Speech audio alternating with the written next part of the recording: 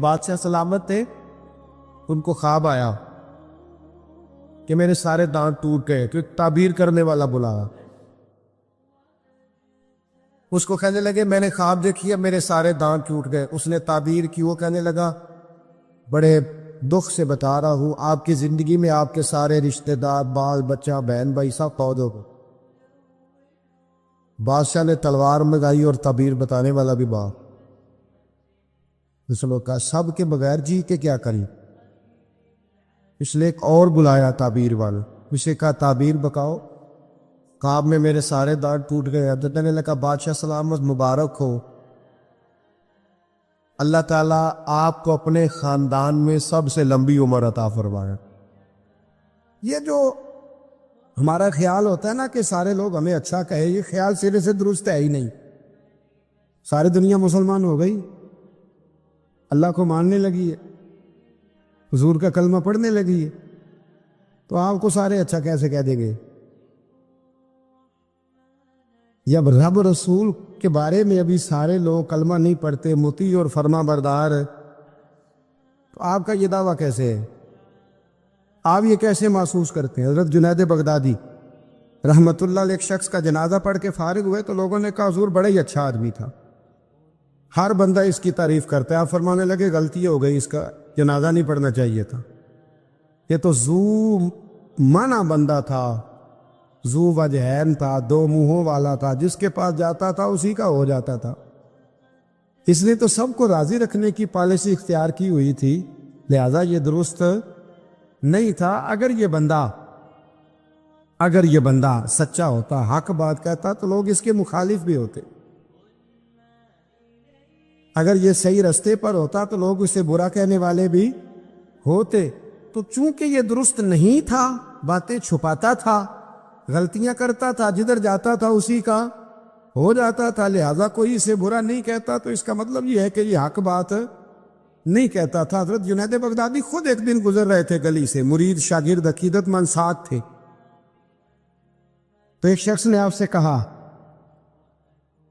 معاذ اللہ ثم معاذ اللہ، کہنے لگا او زندیق، یعنی اے بے دین، او زندیق۔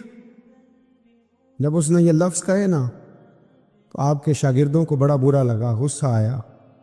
حضرت جنید بغدادی رحمت اللہ علیہ نے پلٹ کے اس شخص کی طرف دیکھا تو آپ ہنسے، فرمانے لگے یار سارے بغداد کو میرا ایک ہی نام یاد تھا کہ میں دیندار ہوں، تو نے اچھا کیا ایک اور نام بھی یاد کرا دیا ہے۔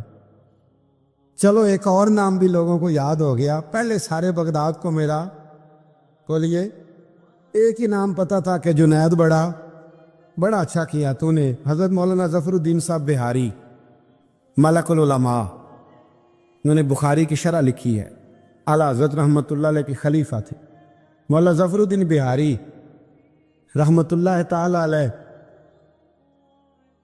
آپ فرماتے ہیں کہ اعلیٰ حضرت کو نا بے شمار خط آتے تھے، اب تو ٹیلی فون کا رواج ہے، تو اس زمانے میں خطوط ہی، ویسے خط بھی بڑا شاندار ہوتا تھا، بندہ سوچ سمجھ کے تو لکھ لیتا تھا نا، تو بڑے خط آتے تھے اعلیٰ حضرت کو، خطوط پر ہی آپ جواب دیا کرتے تھے۔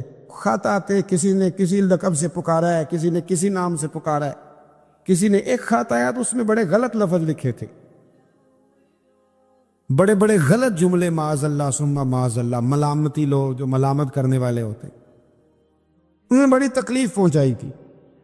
تو اعلیٰ حضرت فاضل بریلوی رحمت اللہ تعالیٰ علیہ کے خلیفہ مولانا ظفر الدین صاحب بہاری رحمت اللہ علیہ نے وہ خط جب پڑھا تو بڑا غصہ آیا، بڑا جلال۔ اعلیٰ حضرت رحمت اللہ علیہ فرمانے لگے کیا ہوا؟ عرض کی اور اس نے بڑے برے لفظ لکھے ہیں، میں اس پر مقدمہ کروں گا، کیس کروں گا، عدالت جاؤں گا۔ تو اعلیٰ حضرت فرمانے لگے وہ پہلے جس نے پیارے لفظ لکھے ہیں پہلے اس کے لیے انعام کا اعلان کرنا، پہلے کوئی جائیداد دے، کوئی تحفہ دے، پھر اس پر مقدمہ بھی کر لینا۔ فرمایا اگر اتنے لوگ اچھا کہہ رہے ہیں تو دو چار ایسے ہیں بھی، تو میں یہ کہا کرتا ہوں چلو نظر نہیں لگتی، کیا ہوتا ہے بولیے، اللہ کرے آپ کو سمجھ آئے، چلو نظر نہیں لگتی، کو دو چار ہوں بھی تو نظر کوئی حرج نہیں، نظر نہیں لگتی۔ اعلیٰ حضرت فرمانے لگے یا تو ان کو انعام دو، ان کے نام جائیداد کراؤ، تو پھر تکلیف دینے والوں پر مقدمے بھی کر لینا، تو اگر وہاں تم انعام نہیں دے رہے تو پھر یہاں تمہیں مقدمہ کرنے کی حق بات پر، سچی بات پر آپ مستقل مزاجی اختیار کریں، آپ ٹھہریں. پھر آپ کو کوئی کیا کہہ رہا ہے، کوئی آپ کے بارے میں کیا بیان کر رہا ہے، پھر آپ اس بات سے نکل آئیں، پھر آپ اس سے نکلیں. میرے نبی رحمت، نور مجسم، شفیع معظم صلی اللہ تعالی علیہ وسلم طائف کے بازار بھی چلے گئے تھے، عکاظ کی منڈیوں میں بھی حضور چلے گئے. نبی پاک نے کافر کے ہر سوال کا جواب دیا، اور جب دین کی تکمیل ہونے لگی مدینہ منورہ میں تو کافر ختم ہوئے تو منافق کھڑے ہو گئے. پوری صورتیں ہیں منافقین کے بارے میں. ادھر سے معاملہ ختم ہوا تو ادھر سے کبھی حضور کے علم پر اعتراض کرتے ہیں، کبھی حضور صلی اللہ تعالی علیہ وسلم کے صحابہ پر شکوہ کرتے ہیں، کبھی کوئی بات کرتے، کبھی کوئی بات کرتے. لیکن میرے حبیب کریم علیہ السلام نے ہمیشہ ڈٹ کر، کھڑے ہو کر، استقامت کے ساتھ ہر بات کو سنا اور امت کو یہ پیغام دیا کہ تم نے سچی بات پر کھڑے رہنا ہے، تم نے دائیں بائیں پلٹنا نہیں ہے. امام احمد بن حنبل رحمت اللہ ہے، امام احمد بن حنبل بہت بڑے امام تھے. 14 جلدوں میں کتاب لکھی آپ نے حدیث پاک کی، مسند امام احمد بن حنبل. اور کلیجہ ٹھنڈا ہو جاتا امام صاحب کی تحریریں پڑھ کے. اتنے بڑے آدمی، ہر دور میں کوئی نہ کوئی فتنہ پیدا ہوتا ہے. تو فتنہ اس طرح پیدا ہوتا ہے کہ لوگ دین کا نام لے کے بعضوں کا فتنہ کرتے ہیں. مرزا غلام محمد قادیانی جب آیا تھا تو وہ تشریحات ہی کرتا تھا معاذ اللہ دین کی. ابھی اپنے آپ کو محدث کہتا تھا، کبھی مفسر کہتا تھا، پھر آہستہ آہستہ وہ مجدد بننے لگا، پھر کہنے لگا میں ذلی نبی ہوں، بروزی. پھر اس بے ایمان نے کھل کر اپنے باطن میں چھپی ہوئی ہر غلاظت کا ذکر کرنا شروع کیا. تو دین کے اندر داخل ہو کر دین کا نام لے کر جو فتنے برپا کیے جاتے، اللہ تعالیٰ ان سے محفوظ فرمائے، اللہ تعالیٰ ہمیں محفوظ فرمائے. دین کا نام لے کر، لبادہ اوڑھ کر، لائسنس لے کر دین کا جو فتنے لوگ برپا کرتے، بڑے خطرناک، بڑے خوفناک وہ بھی فتنے ہوتے ہیں.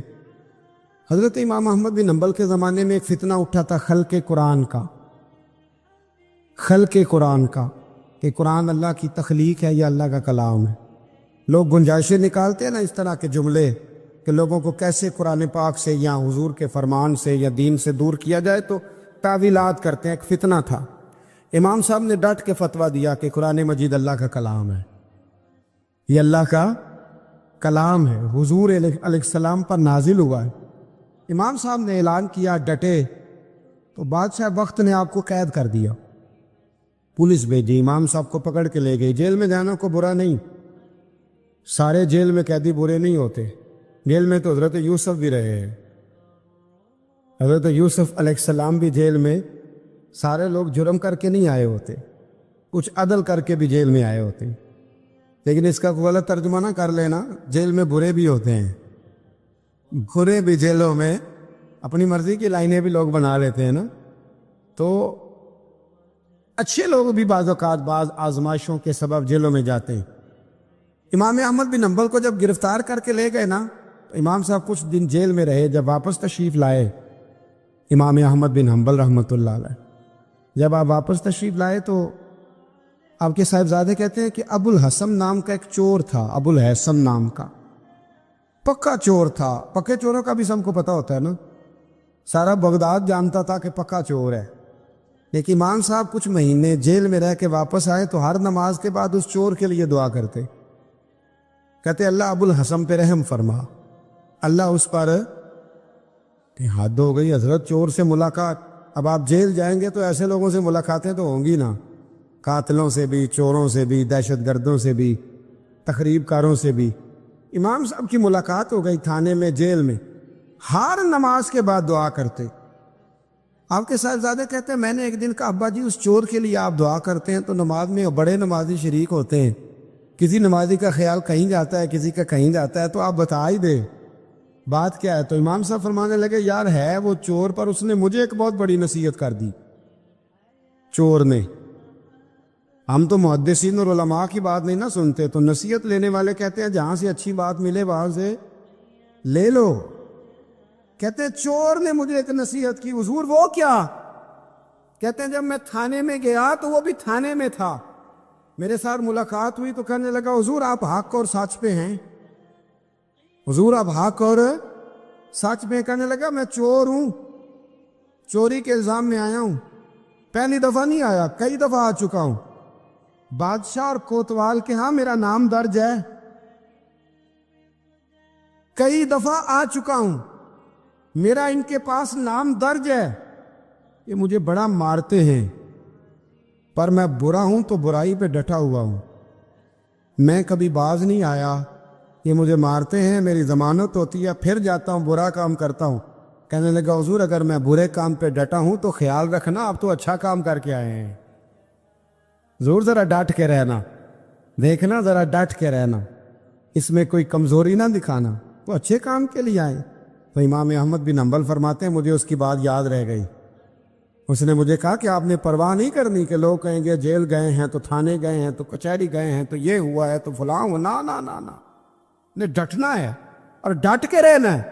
دوستو اس تک لوگ کیا کہہ رہے ہیں، لوگ کہاں کھڑے ہیں، اس کو چھوڑیں، آپ یہ بتائیں آپ حق پہ ہیں۔ شریر کا کام تو شرارت کرنا ہے، جو شریر ہے اس کا کام، سانپ کا کام کیا ہے؟ ڈسنا، تو وہ تو ڈسے گا، شریر تو شرارت کرے گا چونکہ اس کے مزاج میں شرارت ہے۔ آپ کو کیا کرنا ہے، آپ کو دیکھنا یہ ہے کہ آپ کا راستہ ٹھیک ہے، آپ حق پہ ہیں، پھر آپ کو شریر کی پرواہ نہیں کرنی، ڈسنے والے کی پرواہ نہیں کرنی، رب رسول کی رضا کی طرف دیکھنا ہے، پھر اللہ اور اس کے رسول کی رضا کی طرف دیکھنا ہے، آگے بڑھنا ہے، جد و جہد کرنی ہے، کام کو جاری رکھنا ہے۔ ایک سیانہ بندہ ہوتا ہے، وہ دو گروپوں میں صلح کرانا چاہتا ہے، وہ دو گروہوں کے اندر پل کا کردار ادا کرنا چاہتا ہے، قبیلے کے، برادری کے، خاندان کے لوگوں میں لڑائی ہو گئی، جھگڑا ہو گیا، یہ بندہ صلح کرا سکتا تھا، طاقت تھی، اس کو پتا تھا لوگ میری بات مانیں گے، اس نے مداخلت کی، یہ آگے بڑھا، فوراً ایک شخص نے کہہ دیا تیرا کیا لالچ ہے، چودھری بننا چاہتا ہے، تو سردار بننا چاہتا ہے؟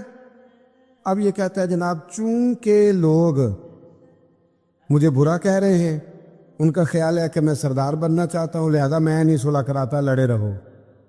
حالانکہ میرے نبی کریم سید عالم نور مجسم صلی اللہ علیہ وسلم نے ارشاد فرمایا ہے، محبوب کریم علیہ الصلوۃ والسلام نے فرمایا دو گروہوں میں جو صلح کرائے گا رب 2 حج اور 2 عمرے کا ثواب عطا فرمائے۔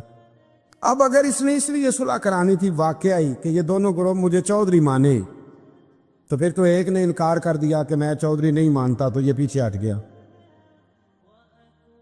تو اگر اس لیے صلح کرانی تھی کہ رب 2 حج اور 2 عمرے کا ثواب دے، تو پھر کوئی اچھا کہے یا برا کہے، اس کو چاہیے یہ آگے بڑھے اور 2 لوگوں کے سروں کو جوڑ دے، صلح کرا دے، اطمینان کرا دے، شعور کرا دے۔ ہمارے ہاں یہ ہوتا ہے کہ ہم جب یہ دیکھتے ہیں نا کہ لوگ کیا کہہ رہے ہیں، لوگوں کا کیا مطمع نظر ہے، تو ہم بہت ساری کمزوریوں کا شکار ہوتے ہیں، بہت ساری کوتاہیاں کر جاتے ہیں، بہت ساری غلط فہمیاں اور غلط فیصلے ہم سے سرزد ہوتے ہیں۔ یہ کبھی نہیں سوچنا کہ لوگوں کی یہاں رائے کیا ہے، اچھا کہہ رہے ہیں برا کہہ رہے ہیں، آپ نے یہ دیکھنا ہے کہ آپ کر کیا رہے ہیں۔ بنی اسرائیل میں ایک شخص تھا، امام غزالی رحمۃ اللہ علیہ فرماتے ہیں اس کا دل چاہا کہ پتہ تو کروں جنت میں میرا پڑوسی کون ہوگا۔ اس کو خواب میں بتایا گیا کہ فلاں بن فلاں تیرا جنت میں پڑوسی ہے۔ اب یہ بڑا عابد تھا، زاہد تھا، عبادت گزار تھا، پرہیزگار، بڑا نیک تھا، بڑا پرہیزگار۔ یہ سفر کر کے اس کے پاس گیا، اس کو جا کے کہنے لگا میں تیرا مہمان نہ بن جاؤں، 2-3 دن کا بن جاؤ۔ کہتے میں 3 دن اس کے ساتھ رہا، میں اس سے زیادہ نوافل پڑھتا تھا، زیادہ صدقات و خیرات کرتا تھا، زیادہ عبادات کرتا تھا، وہ تو میرے مقابلے میں کچھ بھی نہیں۔ 3 دن کے بعد میں آنے لگا تو میں نے اس کو کہا یار میں ایک مقصد کے لیے آیا تھا تیرے پاس۔ اس نے کہا بتائیے۔ میں نے کہا کہ میرا آنے کا مقصد یہ تھا کہ میں دیکھوں تو کون سی ایسی عبادت کرتا ہے کہ جنت میں تو میرا پڑوسی بنے گا، لیکن تیری عبادات ریاضت میں تکبر نہیں کرتا، لیکن میں نے کوئی خاص چیز دیکھی نہیں، کوئی خاص بات ہے تو مجھے بتا دے۔ تو بندہ کہنے لگا کوئی خاص بات نہیں، ہاں ایک چھوٹی سی عادت ہے میرے اندر، چھوٹی سی عادت۔ بڑے لوگ کبھی بھی اپنی باتوں کو بڑا نہیں سمجھتے. کہ ایک چھوٹی سی عادت ہے. کہ وہ کون سی؟ تو وہ کہنے لگا اگر شدید گرمی ہو نا تو میں نے اپنے رب سے کبھی سردی نہیں مانگی، اور کبھی برف جمی ہو نا گلیوں میں تو میں نے اپنے رب سے کبھی گرمی نہیں مانگی. میں سمجھتا ہوں میرا رب مجھے دیتا ہی وہ ہے جو میرے حق میں بڑا بہتر ہوتا ہے. یہ ایک میری چھوٹی سی عادت ہے کہ کڑاکے کی دھوپ میں نے کبھی مالک سے سائے کا سوال نہیں کیا، اور اگر تیز بارش ہو رہی ہو تو میں نے کبھی یہ نہیں کہا کہ بارش نہیں ہونی چاہیے تھی، کیا بلے گا فلاں چیز کا. میں سمجھتا ہوں جو بہتر تھا اللہ نے وہی دے دیا ہے تو میں مطمئن رہتا ہوں. تو عابد وہ نیک آدمی وہ اللہ کے ولی کہنے لگے اسے چھوٹی سی عادت نہ بتا، تیری یہ وہ عادت ہے جس کی وجہ سے رب تجھ سے راضی ہو گیا ہے، اللہ تجھ سے راضی ہے تیری اس عادت کی بنا پر. جب ہمارے مزاج میں یہ چیزیں آ جائیں گی نا کہ جو میرے حق میں بہتر تھا مالک نے مجھے وہ دے دیا ہے، پھر ہم ہر جگہ بیٹھنے کی تمنا نہیں کریں گے، پھر سامنے والے سے ہم حسد نہیں کریں گے، پھر ہم یہ نہیں چاہیں گے کہ اللہ کرے وہ مر جائے اور اس کی ہر چیز مجھے مل جائے. پھر ہمارا مزاج پھر ہماری طبیعت یہ نہیں رہے اللہ کی رضا پہ راضی رہے، مالک کے فیصلوں میں اپنے دل میں کوئی بوجھ محسوس نہ کرے، اپنی زندگی اللہ کے فیصلوں. دیکھیں نا جو ماں باپ اللہ نے بڑے اچھے سمجھے وہ ہمارے لیے پسند کیے، وہ اللہ نے ہمارے لیے جو اس نے ہمارے حق میں بڑے، جو بہن بھائی اللہ کرے آپ کو سمجھ آئے، جو بہن بھائی اس نے ہمارے حق میں بڑے اچھے سمجھے وہی بہن بھائی اس نے ہمیں عطا کیے. جس بیوی کو اس نے ہمارے گھر کے گلشن میں بہتر سمجھا اس کو لا کے اس نے ہمارے آنگن میں بٹھایا، اور جو اولاد اس نے ہمارے لیے باعث افتخار سمجھی وہ اولاد اس نے ہمیں عطا فرمائی. حضرت نوح علیہ السلام کا بیٹا کافر ہو گیا، پر کسی جگہ انہوں نے شکوہ نہیں کیا کہ مالک یہ کافر کیوں ہوا. اللہ کے قبضے میں ہے نا دل، پھیر سکتا ہے نا، مقلب القلوب ہے.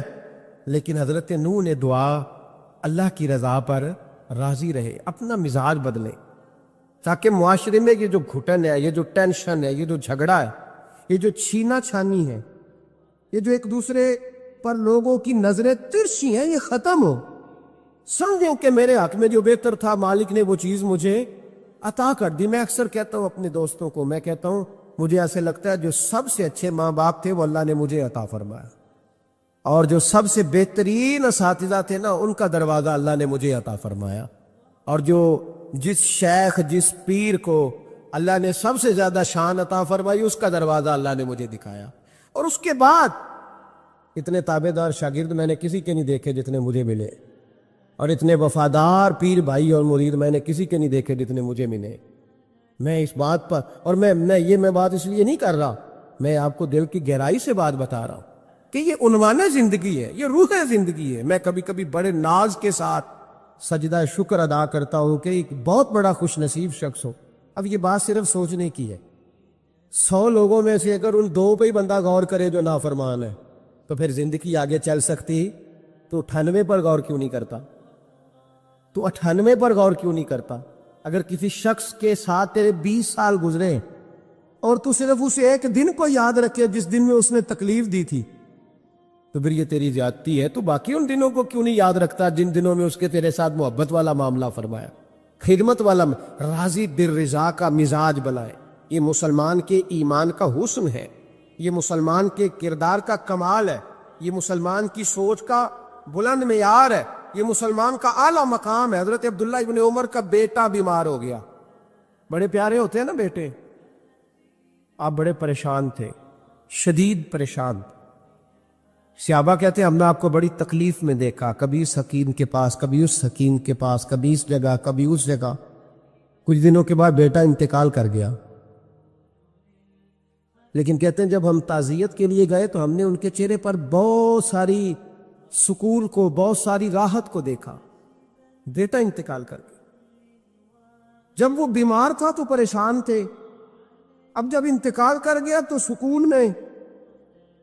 تو کہتے ہم نے ان سے سوال کیا کہ حضور اس وقت آپ پریشان تھے، انتقال کے بعد تو لوگ زیادہ پریشان ہوتے ہیں، اب آپ سکون میں ہیں.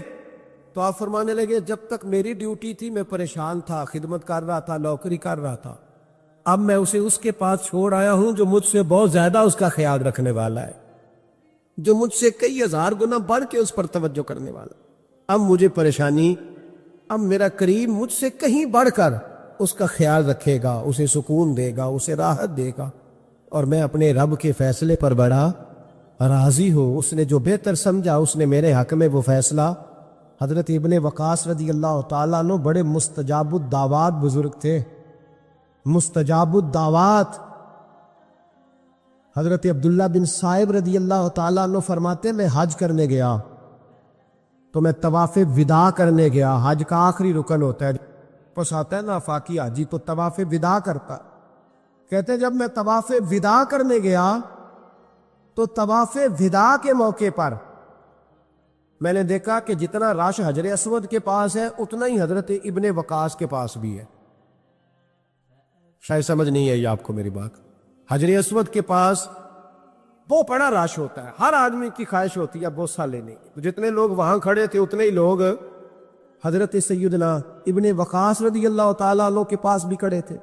تو کہتے میں مجھے تعجب ہوا. عبداللہ بن صائب کہتے میں بھی ان کے پاس جا کے بیٹھ گیا تو میں نے دیکھا کہ وہ نابینا ہے، آنکھوں سے نظر نہیں آتا. لوگ ان کے پاس دعائیں کرانے آ رہے ہیں اور فرماتے میں نے عجیب حال دیکھا، بیمار ترین شخص ان کے سامنے آ کے بیٹھا، حضور میرے لیے دعا کر دیں. تو فرماتے انہوں نے دعا کے لیے ہاتھ اٹھائے تو وہیں اسی وقت میں نے دیکھا اللہ نے اس بندے کو شفا فرمایا. میں نے دیکھا مقروض دعا کرا رہے ہیں، بیمار، بے اولاد، جو بھی دعا اسے کراتا اللہ اس کی حاجت کو پورا فرما دیتا. حضرت عبداللہ بن صائب کہتے ہیں میں شام تک بیٹھا رہا، ہر نماز کے بعد رش ہوتا میں دیکھتا رہا. فرماتے ہیں شام ہو گئی، لوگ دعائیں کرا کے چلے گئے. جب مغرب کا وقت ہوا تو نابینا تھے، پھر بھی مجھ سے کہنے لگے عبداللہ ساری دنیا نے دعائیں کرائی ہیں، تو نے نہیں کرانی؟ تو صبح سے بیٹھا ہے بس دیکھے ہی جا رہا ہے، تو نے نہیں کوئی دعا کرانی؟ تو کہتے ہیں میں نے کہا حضور میں نے دعا نہیں کرانی، ایک سوال پوچھنا ہے. تو فرمانے لگے پوچھو. تو میں نے کہا حضور سارا زمانہ جو دعا کراتا ہے اور اللہ آپ کی قبول کرتا ہے تو ایک دعا آپ اپنے لیے بھی کر لیں، اللہ آپ کو آنکھیں عطا فرما دے. مالک جو قبول کر رہا ہے تو ایک کر لے اپنے لیے بھی. میں گڈی تے ہتھ ڈور سجن دے، او جنج رکھے اونج رہنا ہے، او جنج رکھے اونج رہنا ہے. واجب نہیں جے وچ شریعت مندہ خصم نو کہنے لگے ایک دعا اپنے لیے بھی کر لے. کہتے ہیں جب میں نے یہ کہا تو بن وقاص رو پڑے، اتنا روئے کہ ان کی ہچکی بند گئی. کہنے لگے نا، جب تک رب نے چاہا اس نے مجھے آنکھیں دی، اور اب اس نے بہتر سمجھا کہ میری آنکھیں نہ رہے تو اس نے جو بہتر سمجھا میرے لیے کر دیا. میرا مالک میرے حال سے آگاہ ہے اور میرے مالک کی حکمت ہے، اس نے مجھے جس حال میں رکھا ہے. اور فرمایا اگر اس نے مجھے اس حال میں رکھا ہے تو میں بھی اس حال پہ بڑا ہی راضی ہوں. میں اپنے مالک کے دیے ہوئے اس حال پر بڑا. مسلمان یہ سمجھ لے، اس پیغام کو پلے کے ساتھ باندھ لے. اگر اس نے جلد بازی دکھانی ہے، اگر اس نے بے راہ روی کرنی ہے، اگر اس نے اللہ تبارک و تعالیٰ کے فیصلوں میں مداخلت کرنی ہے، پھر یہ تو ممکن ہی نہیں. یہ ہو سکتا اس لیے کہ اس کی لگامیں کسی اور کے پاس ہیں، اس کے فیصلوں کا اختیار کسی اور کے پاس ہے. اپنے آپ کو اپنے مالک رضی اللہ عنہم ورضوا عنہ ذالک الفوز العظیم. اللہ فرماتا ہے میں ان سے راضی ہوں، وہ مجھ سے راضی ہیں، اور یہ بہت بڑی کامیابی. اپنی زندگی میں اللہ کے فیصلوں پر راضی ہونا سیکھیں، راضی ہونا سیکھیں.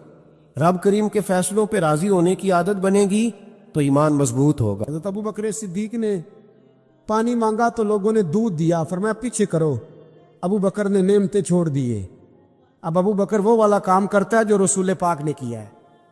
فرمایا نہ دودھ شاید پیش نہ کرو، جو مانگتا ہوں بس وہ دو. حضرت ابو بکر صدیق نے بڑے مالدار تھے. حضرت عمر فاروق رضی اللہ تعالیٰ عنہ کے پاس صحابہ کرام جمع ہو کے آئے، کون سا ایسا شخص ہے جس کی تنخواہ میں اضافہ ہو جائے؟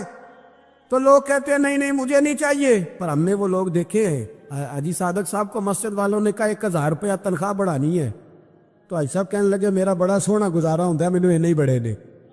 حضرت سیدنا عمر فاروق رضی اللہ تو صحابہ اکٹھے ہو کے گئے، کہنے لگے عمر حضور کے زمانے میں بظاہر غربت رہی، جناب صدیق اکبر کے زمانے میں غربت، اب تو بڑی ریل پیل ہے، بحرین سے لاکھوں کا مال آتا ہے. آپ کو بڑے بڑے سفیر ملنے آتے ہیں پر آپ وہی پرانا کرتا اور وہی تامت جو کئی جگہ سے سی آپ نے کئی جگہ سے پھٹی. اور حضرت عمر ایک دن عید کی نماز پڑھانے گئے تھے تو ننگے پیر ہی چلے گئے. لوگوں نے کہا جوتا، فرمایا ٹوٹ گیا تھا یار، پہننے کے قابل نہیں تھا. فرمایا ننگے پیر آ گئے ہو، لوگ کیا کہیں گے؟ فرمایا چھوڑو، عمر کے پاؤں ننگے ہیں لیکن عمر کے کردار میں تو کوئی شک نہیں نا، پیر ہی ننگے ہیں نا، کیا ہوا؟ چھوڑو اس بات، کوئی پیار نہیں دنیا داری سے، دولت سے، کوئی چکر ہی نہیں. حضرت سیدنا عمر فاروق رضی اللہ تعالیٰ عنہ کو صحابہ نے اکٹھے ہو کے کہا، یہ ہے امت کے بیدار ہونے کے طریقے جو عرض کر رہا ہوں. کہا جناب آپ اب بڑا مال غنیمت ہے اور جس طرح ہر صحابی کا حصہ ہے آپ کا بھی حصہ ہے، تو ایک نیا کرتا ہی ڈال لیں آپ خرید کے. اب جب مشورہ ہو گیا صحابہ میں تو کہنے لگے عمر سے بات کون کرے گا؟ نیا کرتا پہننے کی عمر سے بات کس کو برا لگتا ہے جی؟ نیا کرتا کون بات کرے گا؟ حضرت سیدنا علی المرتضیٰ کا انتخاب ہوا. کہنے لگے مولا علی کی بڑی عزت کرتے ہیں، ان سے بڑا پیار کرتے ہیں، ان سے بات کرتے.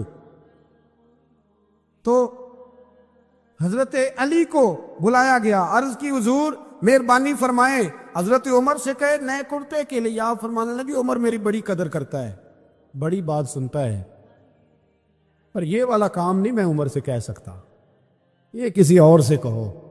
تو کہنے لگے آپ رہنمائی کر دیں کس کو کہیں. تو جناب علی المرتضیٰ فرمانے لگے اگر حضرت عائشہ صدیقہ سے کہو گے تو عمر فوراً مان جائے گا، وہ مومنوں کی ماں ہیں. صحابہ حضرت عائشہ کے پاس، اماں جی عمر کو بلائیں، ان کو کہیں بڑے بڑے سفیر آئے ہوتے ہیں وہی پرانے کپڑے پہن کے بیٹھ جاتے ہیں. اللہ اکبر. حضرت عائشہ نے پیغام بھیجا، فرمایا عمر کو بلاؤ. عمر فاروق دوڑے ہوئے آئے، پردے کے پیچھے حضرت عائشہ کے پاس گھٹنوں کے بل، اماں جی دیر تو نہیں کر آیا میں آنے میں؟ حکم ہو، حضور کے گھر سے پیغام آیا، بڑے بڑے سفیروں کو چھوڑ کے بھاگے.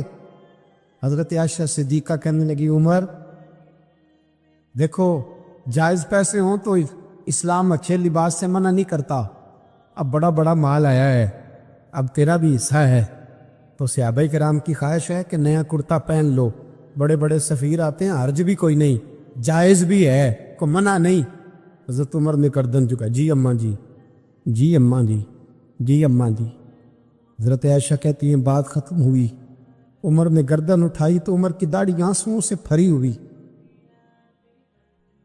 کہتی ہے مجھے کہنے لگے اماں جی میں تو صرف مسجد میں دیکھا کرتا تھا، آپ تو مصطفیٰ کو دن رات دیکھتی تھی، جس طرح کے کرتے آمنہ کے لال نے پہنے ہیں مجھے بھی پہنا دو، میں تیار ہوں، میں پہن لوں گا، میں تیار ہوں، پر جس طرح کے میرے نبی نے پہنے. حضرت عائشہ کہتی ہے میں پھوٹ کے روئی، میرا پلو آنسوؤں سے بھر گیا. فرماتی ہیں میں عمر کی بات سنتی گئی تو میرا پلو آنسوؤں سے، میں نے کہا عمر تو جا، تو ٹھیک ہے. فرماتی ہے عمر فاروق سلام کر کے اٹھے، امیر المومنین چلے گئے. اس کونے میں صحابہ چھپے ہوئے تھے، وہ آئے، کہا اماں جی کیا بات ہوئی؟ تو میں پھر رو پڑی. میں نے کہا کیا بتاؤں، تمہیں پرانے کرتے نظر آتے ہیں، اسے محمد عربی کے جلوے نظر آتے ہیں، اسے رسول اللہ کا رنگ نظر آتا ہے، اسے وہ غلامی نظر آتی ہے. عمر کو دنیا سے پیار، اور دنیا سے پیار نہیں تھا، دعا پتہ کیا تھی؟ یوں جھولی اٹھا کے اللہ مرزقنا شہادتن فی سبیلک وجعل موت فی بلد حبیبک. اللہ عمر کو بسترے والی موت نہ دینا، موت شہادت کی دینا، اور میں میدان میں جا کے نہیں مرنا چاہتا، مجھے رسول اللہ کے شہر میں موت چاہیے، پار جا کے نہیں، یہی میدان لگے مدینے میں، یہی موت آئے، اسباب بنا، میں مدینہ بھی نہیں چھوڑنا چاہتا. او بھائی ان لوگوں کو نہیں پیار تھا. جناب صدیق اکبر کا وصال ہوا تو زہر کے اثر سے، وہ جو آپ کو زہر لگا تھا، بعض مفسرین نے لکھا ہے کبھی کبھی وہ جو سانپ نے ڈسا تھا تو کبھی کبھی اس کا اثر آتا تھا، بس اللہ نے شہادت دینی تھی کبھی کبھی، ورنہ تو بڑی شفائیں تھیں. حضرت عمر شہید، حضرت عثمان، جناب علی، امام حسن، امام حسین، علی اکبر، علی اصغر، حضرت عباس، حضرت سعد بن معاذ، حضرت امیر حمزہ، مصعب بن عمیر. میرے محبوب نے تو لسٹ بنائی، شہیدوں کی لسٹ بنائی. لسٹ بنائی شہیدوں کی، شہادت سے پیار کیا رسول اللہ صلی اللہ علیہ وسلم کے غلاموں نے، پیار کیا شہادت سے، اسی لیے تو کافر اٹھ نہیں سکا کہ شہادت سے حضرت سعد بن معاذ رضی اللہ تعالیٰ عنہ کو زخم لگ گیا، جنگ سے زندہ آ گئے لیکن زخم ہے، رو کے کہنے لگے محبوبہ سارے شہید ہو گئے، میں ایسے ہی رہ گیا۔ حضور نے فرمایا نہیں، رب تجھے بھی شہادت کی موت ہی عطا فرمائے گا۔